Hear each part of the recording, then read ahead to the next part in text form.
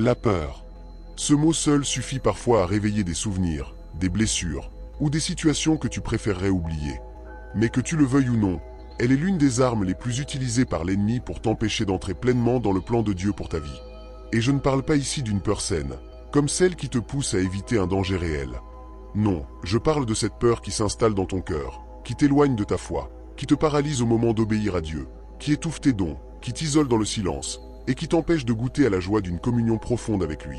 La Bible nous rappelle que Dieu ne nous a pas donné un esprit de timidité, mais de force, d'amour et de sagesse. 2 Timothée 1,7. Pourtant, beaucoup de chrétiens vivent comme si cet esprit de timidité avait été leur héritage. Ils avancent dans leur marche spirituelle avec un frein à main serrée, frein que la peur tient fermement.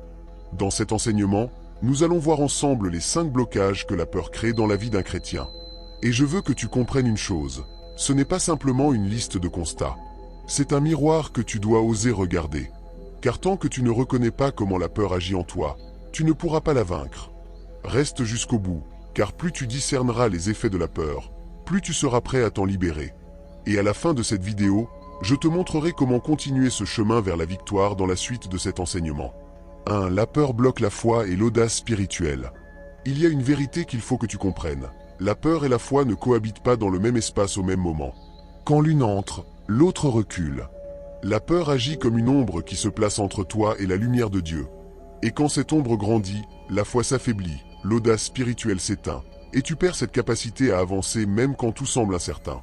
La Bible dit à cet effet, « Or la foi est une ferme assurance des choses qu'on espère, une démonstration de celles qu'on ne voit pas. » Hébreux 11:1. La foi te pousse à marcher vers ce que tu ne vois pas encore, mais la peur, elle, te cloue là où tu es en te forçant à ne considérer que ce qui est visible et menaçant.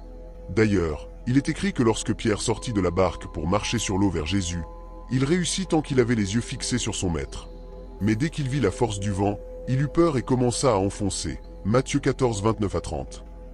Voilà ce que fait la peur. Elle détourne ton regard de la parole de Dieu pour le poser sur les circonstances, jusqu'à te faire perdre pied. Cette peur peut se manifester dans ta vie de manière subtile. Par exemple, Dieu t'inspire un projet, un ministère, une action audacieuse pour bénir quelqu'un ou pour témoigner. Tu commences avec enthousiasme, mais dès que les défis arrivent, manque de ressources, critiques, obstacles, tu hésites. Tu commences à te dire que tu t'es trompé, que tu n'es pas capable. Ce n'est pas l'Esprit de Dieu qui parle, mais la peur qui essaie de te convaincre d'abandonner. Josué, successeur de Moïse, a connu cette pression. Mais Dieu lui a dit, « Fortifie-toi et prends courage.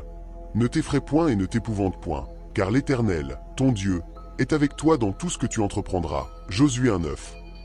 Remarque que Dieu ne lui a pas simplement dit de ne pas avoir peur. Il lui a donné un ordre de force et de courage, parce que sans audace, même une mission divine peut rester inachevée. Mon ami, comprends ceci, la peur ne se contente pas de te freiner, elle t'empêche d'expérimenter la grandeur de Dieu. Tu ne verras pas la mer Rouge s'ouvrir tant que tu restes sur la rive. Tu ne verras pas les murailles tomber tant que tu refuses de marcher autour d'elles. Et tu ne verras pas la multiplication du pain tant que tu gardes tes 5 pains et 2 poissons dans tes mains au lieu de les donner à Jésus. Si aujourd'hui tu sens que ta foi est bloquée, que ton audace est étouffée, commence par exposer cette peur devant Dieu. Dis-lui exactement ce qui t'effraie, puis alimente ta foi par la méditation et la proclamation de la parole. Ensuite, fais un acte concret qui va à l'encontre de cette peur.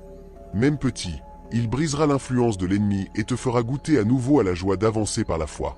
2. La peur paralyse l'obéissance à Dieu. Voici quelques références bibliques qui le montrent. Car Dieu ne nous a pas donné un esprit de timidité, mais de force, d'amour et de sagesse. 2 Timothée 1:7.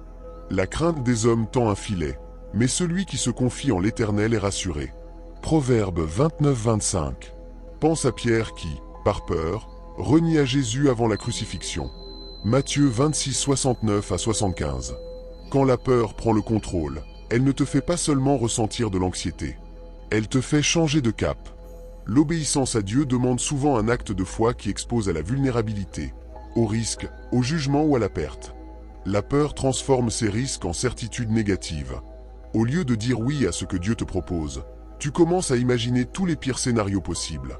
Tu cherches à te protéger, à préserver ton image, ta sécurité, ton confort.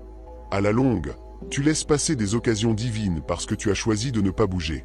La peur agit selon 3 mécanismes simples mais puissants. Premièrement, elle brouille ton regard spirituel.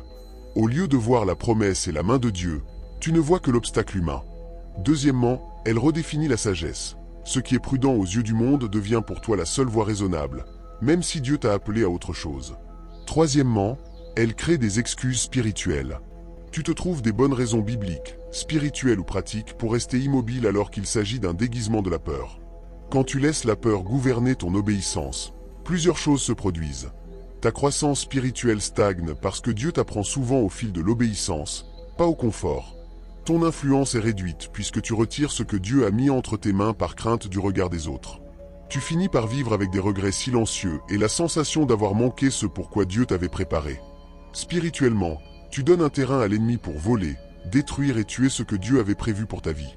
Imagine que Dieu t'appelle à parler d'un changement éthique au travail ou à intervenir pour protéger un collègue.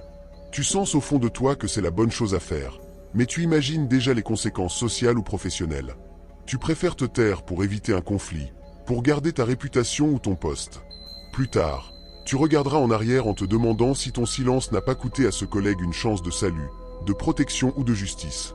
La peur de perdre quelque chose d'humain t'aura fait perdre une occasion divine. Écoute, si tu veux marcher dans le plan de Dieu, il faut que la peur cesse de diriger tes choix. Commence par reconnaître honnêtement ta peur. Ne la minimise pas et ne la justifie pas. Confesse-la à Dieu et remets-la entre ses mains. Ensuite, obéis sur un petit pas concret aujourd'hui, même s'il est imparfait. L'obéissance brisée en petits actes réguliers détruit le pouvoir de la peur. Entoure-toi d'un frère, d'une sœur ou d'un mentor qui t'encouragera à obéir quand tu as envie de te replier. Souviens-toi que Dieu n'attend pas la perfection pour appeler, il attend la disponibilité, la foi et la coopération. 3. La peur étouffe les dons et le ministère. La peur ne se contente pas de te paralyser dans tes décisions ou de bloquer ta foi. Elle agit aussi comme une chape de plomb sur les dons que Dieu a placés en toi. Peut-être que le Seigneur t'a déjà confié un talent, une capacité spirituelle, une mission ou un service particulier. Mais si la peur prend le dessus, ce potentiel reste enterré, inutilisé, et parfois même oublié. Paul, en écrivant à Timothée, a donné un conseil clair. C'est pourquoi je t'exhorte à ranimer le don de Dieu que tu as reçu. Car Dieu ne nous a pas donné un esprit de timidité, mais de force, d'amour et de sagesse. 2 Timothée 1:6-7. La timidité ici n'est pas juste une gêne sociale. C'est cette peur intérieure qui te pousse à cacher ce que Dieu a mis en toi par crainte du regard des autres, de l'échec ou du rejet. D'ailleurs, il est écrit dans la parabole des talents que l'un des serviteurs alla enfouir le talent que son maître lui avait confié. Pourquoi? Il dit lui-même, « J'ai eu peur, et je suis allé cacher ton talent dans la terre. » Matthieu 25:25. Remarque qu'il n'a pas perdu le talent par accident, il l'a volontairement mis de côté, pensant qu'il se protégeait. Mais aux yeux du maître, ce fut un acte d'infidélité. Dans la vie de tous les jours, cela se traduit par des opportunités que tu refuses par crainte. Tu sens que Dieu te pousse à prier à haute voix dans un groupe, mais tu te tais de peur de mal dire. Tu as un témoignage puissant qui pourrait fortifier la foi de quelqu'un, mais tu le gardes pour toi de peur de paraître faible. Tu sais que Dieu t'a donné une idée de projet ou de service, mais tu attends toujours le bon moment qui n'arrive jamais parce que tu as peur de commencer petit ou de ne pas réussir. La peur, en agissant ainsi, n'étouffe pas seulement ton don, elle prive aussi les autres de ce que Dieu voulait leur donner à travers toi. Un chant que tu n'as pas osé interpréter pouvait relever un cœur brisé. Une parole que tu as retenue pouvait éviter à quelqu'un de s'égarer. Un acte d'amour que tu as repoussé pouvait être l'exaucement de la prière de quelqu'un. Il est temps de comprendre que tes dons ne t'appartiennent pas. Ils sont confiés par Dieu pour bénir les autres et glorifier son nom. Les laisser enfermés par la peur, c'est comme refuser de servir la nourriture à une table où les invités sont affamés. Aujourd'hui, je t'invite à identifier un don ou une capacité que tu as laissé dormir par peur. Présente-la à Dieu, demande-lui le courage d'agir, puis engage-toi dans un pas concret, même modeste, pour commencer à l'utiliser. Ce pas, Dieu le bénira, et tu verras ta joie grandir à mesure que la peur reculera. 4. La peur rend vulnérable aux attaques de l'ennemi. La peur n'est pas seulement une émotion gênante ou un sentiment passager.